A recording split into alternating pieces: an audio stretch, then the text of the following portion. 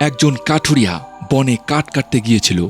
হঠাৎ এক ব্রহ্মচারীর সঙ্গে তার দেখা হলো। ব্রহ্মচারী বললেন, ও হে, এগিয়ে পড়ো। কাঠুরিয়া বাড়িতে ফিরে বসে বসে ভাবতে লাগলেন। ব্রহ্মচারী এগিয়ে যেতে বললেন কেন?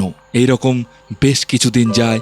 একদিন সে বসে আছে, এমন সময় তার ব্রহ্মচারী কথাগুলি মনে পড়ল। তখন সে মনে মনে বলল, আজ আমি আরো এগিয়ে যাব। বনে গিয়ে আরো এগিয়ে দেখে অসংখ্য চন্দনের গাছ। তখন আনন্দে গাড়ি গাড়ি চন্দনের কাঠ নিয়ে এসে বেচে বড় মানুষ হলো। এইরকম কিছুদিন যায়। আরেকদিন মনে পড়ল ব্রহ্মচারী বলেছেন এগিয়ে পড়ো। তখন আবার বনে গিয়ে এগিয়ে যেতে লাগলো নদীর ধারে। কিছু দূর যাওয়ার পর সে রূপোর খনি দেখতে পেল।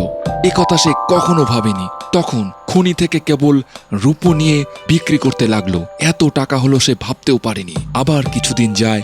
একদিন বসে বসে ভাবছে, ব্রহ্মচারী তো আমাকে রূপোর খনি অব্দি থেমে থাকতে বলেনি। তিনি বলেছেন এগিয়ে পড়ো। এবার নদী পার হয়ে বেশ কিছুটা যাওয়ার পর বিশাল সোনার খনি দেখতে পেল। তখন সে বুঝতে পারল ব্রহ্মচারী কেন তাকে এগিয়ে যেতে বলেছিলেন। এরপর আস্তে আস্তে হিরে মণি মাণিক্য রাশি রাশি পড়ে থাকতে দেখল। তখন তার কুবেরের মতো ঐশ্বর্য হলো। গল্পটি থেকে আমরা শিখতে পারলাম কোনো কিছুতেই আমাদের চুপচাপ থেমে থাকতে নেই। যতই অসুবিধা ঝঞ্ঝাট আসুক না কেন, ক্রমশ আমাদের এগিয়ে চলার মধ্যেই জীবনের উন্নতি ঘটতে পারে।